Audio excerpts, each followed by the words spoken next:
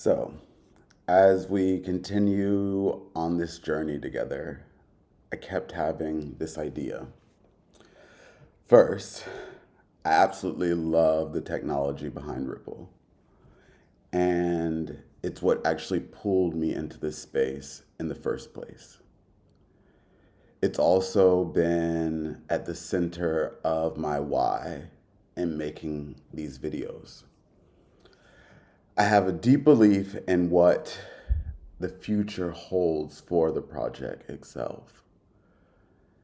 But at the same time, there are other projects orbiting around Ripple's ecosystem, ones that share similar goals or offer different benefits that keep catching my eye. When I started this channel, my goal was to explain crypto in a way that felt easy and approachable. Someone I really respect in the financial commentary space told me, choose one coin and explain the entire industry through that project. That advice is why Ripple and XRP became the focus here. But as an investor, my portfolio doesn't live in just one place. And I think the smartest way to navigate this space is by betting on multiple horses, spreading risk, and understanding how they all connect. So, the main focus of this page will continue to be Ripple, XRP, and how they evolve beside a changing world. But starting today, I'm adding something new, something I'd like to call Field Trip Fridays. These are episodes where we step outside of Ripple's world and explore other projects that might connect, complement, or challenge what we already believe. Projects that might add value or teach us something entirely new. And just to be clear, I will always vet what I talk about. But just because a project shows up here doesn't mean it automatically is a part of my portfolio or that it will even stay there. By the end of each video, I'll tell you where I stand. My goal is simple: to collect information, see how each project relates to Ripple or the broader financial landscape, and keep it interesting. Not dense, not dull. So, if there's a project you'd like for me to visit, please let me know. But for these first few field trips, I want to start with projects that were born from the same story as XRP. Because if Ripple succeeds, maybe these will too. And until Ripple sends me a check to only talk about them, I'm not beholden to anyone. And if that day ever comes, and I wish it did or will, I'll let you know before I ever say a single word. So for starters, the first project we're visiting is Stellar, XLM, and it stands out for one reason alone, and that's Jed McCaleb. He's an American programmer, entrepreneur, and philanthropist. The same man who co-founded Ripple, helped create the XRP ledger, and is now the founder and chairman of the aerospace startup Vast. And it's kind of poetic, to be honest. From building value networks on Earth to building habitats in space, McCaleb's work keeps circling the same idea: expanding what's possible when old systems that start to feel too small, and creating places where people can move freely. And it's in his decision to leave Ripple and build Stellar that we start to see one of the most important philosophical divides in all of blockchain, in my opinion. Jed McCaleb helped build Ripple. He also walked away from it. He once said, "A decentralized payments platform depends on the wide distribution of its native assets and engagement from numerous independent participants." He believed Ripple's validator model, where servers follow unique node list of trusted nodes, made it difficult for outsiders to participate freely. Now, the XRP ledger is still public, and Ripple runs only one of the 35 validators on its default list. But most participants still rely on a handful of recommended validators. That's what McCaleb wanted to change, the governance dynamic. He wanted a system that started open, not one that promised openness later. Before we dive into Stellar, I think it's important to slow it down just a bit. Because underneath every coin and protocol, whether it's XRP or XLM, sits the same foundation, blockchain. Think of blockchain as a shared notebook that everyone can read and write in, but no one can secretly erase anything within it. Each line in the notebook is a transaction, verified, timestamped, and locked forever. That's what makes it trustless. You don't need a middleman. The system itself keeps everyone honest. But someone still needs to check each new entry before it's added, and those are called validators. They're like class monitors of sorts, making sure no one cheats. The more independent monitors you have, the more trustworthy the notebook becomes. McCaleb believed Ripple's structure still relied on too few monitors, too many controlled or approved by one company. So in 2014, he founded Stellar, and with it, the Stellar Development Foundation, a nonprofit with one clear mission: to create equitable access to the global financial system through blockchain technology. The SDF, or Stellar Development Foundation, maintains Stellar's code, supports developers, and helps businesses. And NGOs or non-government organizations build real applications on this network. It's not a corporation. It's an infrastructure meant to stay open. On Stellar, the base fee for a transaction is 0.00001 XLM. That's 1/100,000th of a coin, usually less than a fraction of a cent.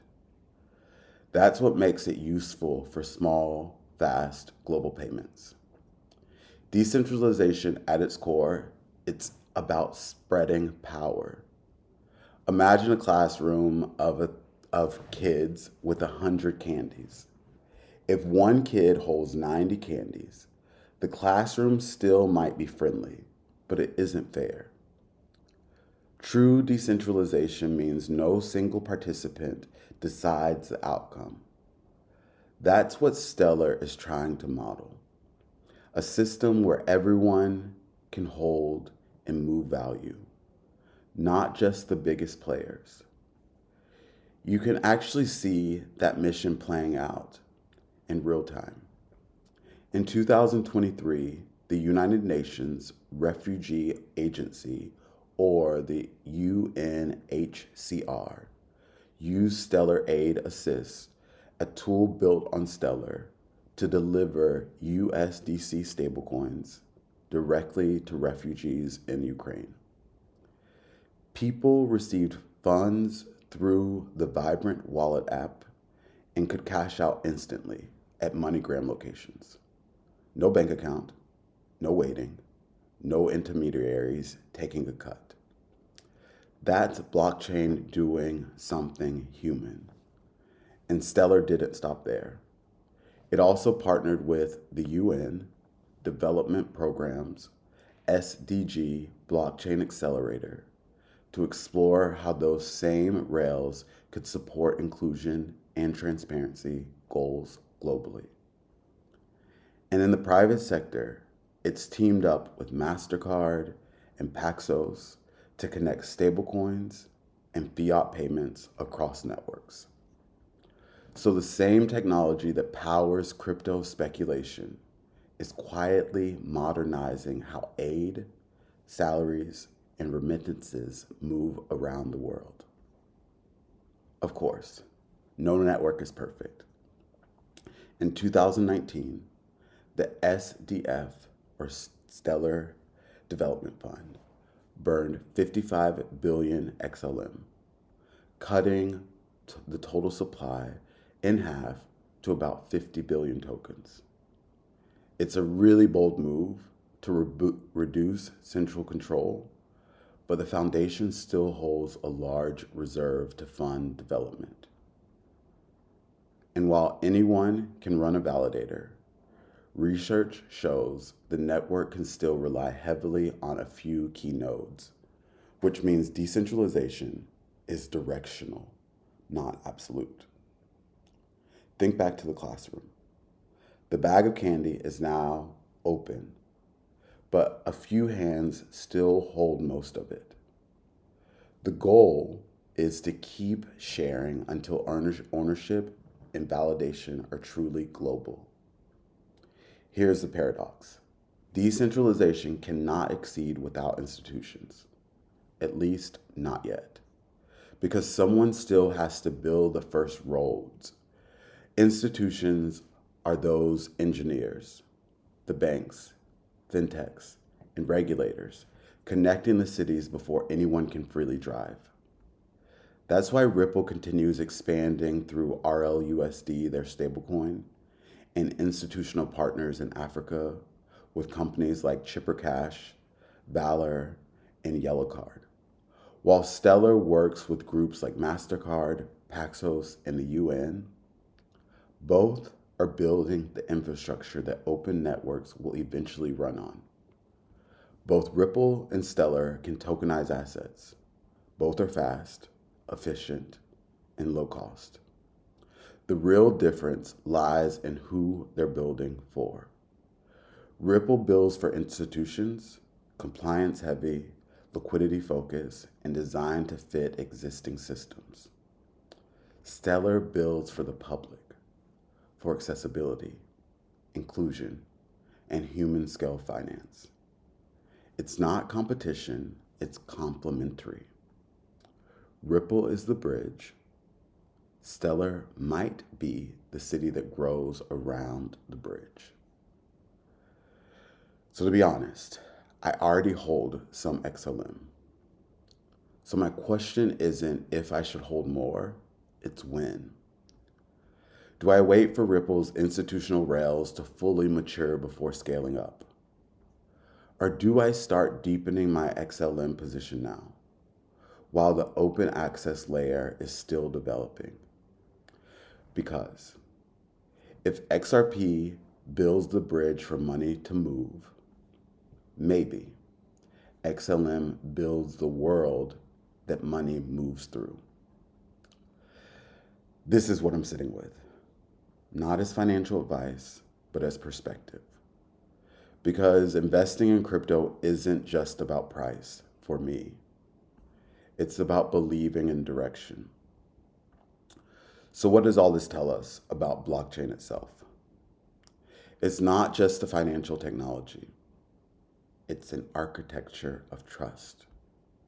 One that replaces gatekeepers with transparent rules anyone can verify. One that redistributes power from the few to the many. Ripple and Stellar are simply two different versions of that story. Ripple started with institutions. Stellar started with the people. And when those two sides meet, when institutional rails connect with public access, that's when blockchain stops being speculative and becomes infrastructure. Each field trip like this will hopefully become a reminder of why we're here, to understand how trust moves. Because blockchain isn't just about coins, it's about access. The technology, in my opinion, is just the scaffolding. What really matters is who gets to climb it. So whether you're here for Ripple, Stellar, or just trying to make sense of it all, thank you for taking this trip with me. And as always, I'll keep translating this world one system, one field trip at a time. Thank you so much for joining Layer 1. I'm James Harris. If this episode helped you see the space just a little clearer, tap like, subscribe, and share it with someone who's still trying to understand what all this really means. These videos are my way of slowing things down, of making crypto a blockchain human experience. I'll see you in the next one. And please remember, every block tells a story. Thanks so much. See you next week.